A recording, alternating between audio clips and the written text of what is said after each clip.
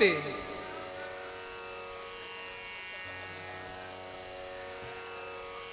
जो झूठ नहीं बोले वो हाथ नहीं उठाएंगे।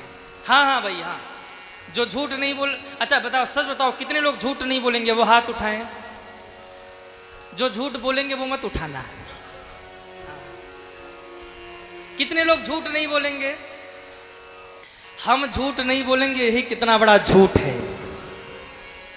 हम झूठ ना बोले महाराज पैसा नहीं कमा पाएंगे।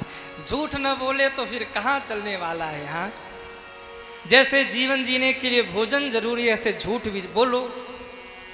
पर भैया सजन रे झूठ मत बोलो, प्रभु के मास न हाथी है न घोड़ा है। यमराज की जब अदालत चलोगे, यमराज की जब अदालत चलोगे, पूछेगा हाकिम तो क्या कहोगे? फिर और जन्मना और मरना पड़ेगा, काया कोटि खाली करना पड़ेगा। इसलिए सजन रे झूठ मत बोलो, प्रभु के न हाथी है न घोड़ा है।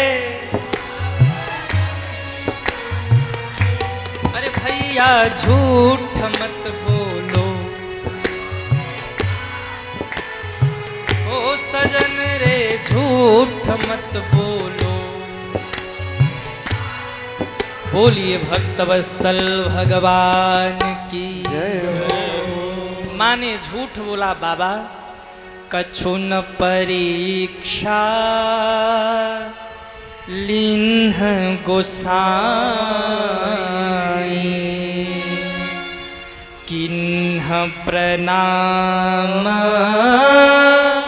तुम्हारी नाम। हम कितना भी भगवान से छुपा ले, पर एक निवेदन करूं, हम जीव से तो छुपा सकते हैं पर शिव से छुपाना बहुत मुश्किल है। जीव की दृष्टि से भले बच जाए पर शिव की दृष्टि से कोई बचने वाला नहीं है, क्योंकि उनका सीसीटीवी है ना, वो 24 घंटे ऑन नहीं रहता, कभी बंद ही नहीं होता। हम जो कर रहे सब नोट हो रहा है, उनका सीसीटीवी कभी बंद नहीं होता। अब मैं आपसे निवेदन करूं, कितने लोग हैं जो चाहते कि हमसे जीवन में कोई अपराध ना हो, वो हाथ उठाएं।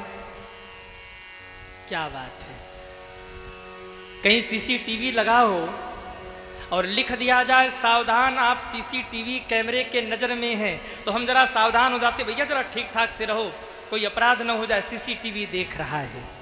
जरा सोचिए, ये सीसीटीवी तो फेल भी हो सकता है, पर भगवान का सीसीटीवी फेल होने वाला नहीं है। हम सोचते हैं सीसीटीवी देख रहा है इसलिए सतर्क हो जाते, अपराध नहीं करते। जिस दिन ये सोच लेंगे कोई न देखे कोई देखे न देखे, हमारे परमात्मा की आंखें हमें देख रही हैं, उस दिन जीवन में हमसे कोई अपराध बनेगा ही नहीं। लेकिन हम क्या सोचते हैं, एक पाप कर लो कौन देखता है, बाद में गंगा नहा लेंगे। हाँ, अभी पाप कर लेते, बाद में गंगा नहा लेंगे। बार बार गंगा जी नहाने जाओगे, गंगा जी भी परेशान हो जाएंगे, अब पापी आ गया नहाने। इसलिए भैया जितना हो सके ये प्रयत्न कीजिए, हम प्रभु की दृष्टि में हैं, प्रभु हमें देख रहे, इसलिए अपराध न बने। माँ ने झूठ बोला, बाबा ने नेत्र बंद किया, तब शंकर देख्यूं धरि ध्याना, सती जो किन्हा चरित सब जान। बाबा ने नेत्र बंद किया, पूरी राम कहानी महादेव के सामने आ गई। और सज्जनों, यहीं से मेरे महादेव का दाम्पत्य जीवन टूट करके बिखर गया है, यहीं बिखर गया। मैं कई बार कहता हूं, आप अनुभव करना, आपको पता हो कि सामने वाला क्या करके आया, सच क्या है, और फिर भी सामने वाला झूठ बोले आपसे, तो आपको कितना कष्ट होगा। महादेव जानते हैं, सती परीक्षा लेकर आई है, प्रणाम राम जी ने किया है, फिर भी बाबा ये देख रहे कि सती झूठ बोल रही। बाबा को गहरा आघात लगा और सती और शिव के बीच में आज एक दीवार खड़ी हो गई। ध्यान देना, चोट दीवार पे लगती है ना तो दीवार गिर जाते हैं, पर चोट जब दिल पे लगती है तो दीवार खड़े हो जाते हैं।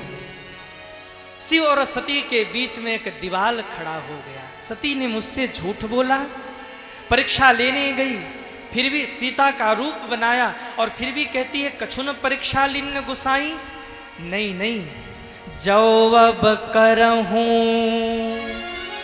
सती सन प्रीति, मिटई भगति पथ होई अनीति। मैं सती को स्वीकार लूं, अगर स्वीकार लूंगा तो सती ने सीता का रूप धारण किया था और सीता मेरे लिए माँ के समान है। अगर सती ने सीता का रूप बनाया है ना तो ये सती अब मेरे लिए पत्नी नहीं रही, सती मेरे लिए माँ के समान हो गई है। इसलिए मन ही मन महादेव ने सती का परित्याग कर दिया। हम एक गलती करते हैं, उस गलती को छिपाने के लिए एक झूठ बोलते हैं और उस एक झूठ को बोलने के लिए 100 झूठ बोलते हैं और उस 100 झूठ को बोलने के लिए 1000 अपराध करते हैं। 1000 अपराध करने से अच्छा है जीवन के एक सत्य को स्वीकार लीजिए, आप 1000 अपराध करने से बच जाएंगे। महाराज महादेव ने त्याग कर दिया, देवताओं ने जय जयकार किया, बोलिए शंकर भगवान की जय हो। बाबा समाधि लगाकर कैलाश पर बैठ गए। 1-2 दिन नहीं, इंतजार करते करते 87,000 वर्ष बीत गए। जरा सोचो माता सती का एक एक दिन कैसे बीता होगा। 87,000 वर्ष बाबा जगे, राम नाम का सुमिरन किया। माँ ने देखा बाबा जग गए हैं तो जाई सम भूपद बंदन किन्हा, और प्रणाम करके जब वाम भाग में बैठने लगी, शंकर जी ने रोक दिया, आसन उठाया, सामने बिछाया, कहा देवी बगल में नहीं, आप मेरे सामने बैठ जाइए। सन्मुख शंकर आसन दीन्हा। मानो महादेव ने संकेत कर दिया, देवी वाम भाग में तो पत्नी बैठती है, आपने सीता का रूप धारण किया और सीता मेरे लिए माँ के समान है और माँ का स्थान वाम भाग में नहीं, माँ का स्थान तो सामने होता है। इसलिए सन्मुख शंकर आसन दीन्हा। बाबा ने देखा सती उदास है, सती परेशान है, कुछ बोल नहीं रही। अगर मैं नहीं बोला तो ये प्राण त्याग देगी, बोलूं भी तो क्या बोलूं। महादेव के मुख से जब भी निकलता है ना तो या तो राम शब्द निकलता है या राम कथा निकलती है। बाबा ने आसन जमाया और मन ही मन विचार किया, मैं सती को राम कथा सुनाऊं। क्यों? सती व्यथित है, सती दुखी है और जीवन की व्यथाओं को अगर कोई दूर कर सकता है तो वो सामर्थ्य केवल और केवल राम कथा में है। ये राम कथा, ये रामचरितमानस केवल एक पोथी और पन्ना नहीं है मेरे भाई बहन। ये रामचरितमानस केवल एक किताब नहीं है, ये रामचरितमानस तो हमारे दुखों को दूर करने की औषधि है सज्जन। जब दुखी हो जाना, जब परेशान हो जाना, जब दुनिया का कोई मार्ग ना मिले, जब आपके प्रश्नों का उत्तर ना मिले तो खोल कर बैठ जाना रामचरितमानस, पढ़ते जाना, पढ़ते जाना, पढ़ते जाना। मानस के किसी न किसी पन्ने पर आपके प्रश्नों का उत्तर जरूर मिल जाएगा। ये गोस्वामी जी ने हम सभी को दुखों को दूर करने की औषधि का एक उपहार दिया है। ये औषधि है, इसका सेवन कीजिए। यहाँ जितने लोग बैठे, मैं अनुभव के साथ आपसे पूछना चाहता हूँ, आप घर में रहते हैं, मकान में रहते हैं, दुकान में रहते हैं, मन अशांत और परेशान रहता है, लेकिन सच बताना, जितने देर आप कथा में बैठे हो, क्या आपका मन अशांत है? क्या आपके मन में कोई दुख है? यहां बैठ के शांति मिल रही है कि नहीं मिल रही? कितने लोगों को शांति मिली, वो हाथ उठाएं। क्या बात है। क्यों शांति मिली? क्योंकि ये एक औषधि है। जैसे क्या बात है, हम सब भगवान की गोदी में बैठे हैं, हाँ, और भगवान जहां विराजे हैं, भगवान की कथा जहां हो रही है, दैहिक दैविक भौतिक तापा, राम राज्य काहू नहीं व्यापा। ये राम कथा की गोद में हम बैठे, हम माँ की गोद में बैठे। ये राम कथा हमारी मैया है।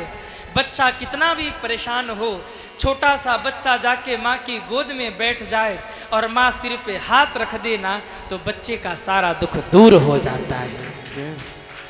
मानस हम सब की माँ है। ये कथा मैया की गोदी में बैठे हैं, उनके कोमल हस्त कमल हम सभी बालकों के सिर पर महाराज वो सहलाती हुई हम सबको आशीष दे रही हैं। फिर शांति क्यों न मिले। महादेव बैठे और राम कथा गाना प्रारंभ किया। ये कथा राम की, जीव के बड़े काम की, कथा राम की, जीव के बड़े काम की, कथा राम की, जीव के बड़े काम की, कथा राम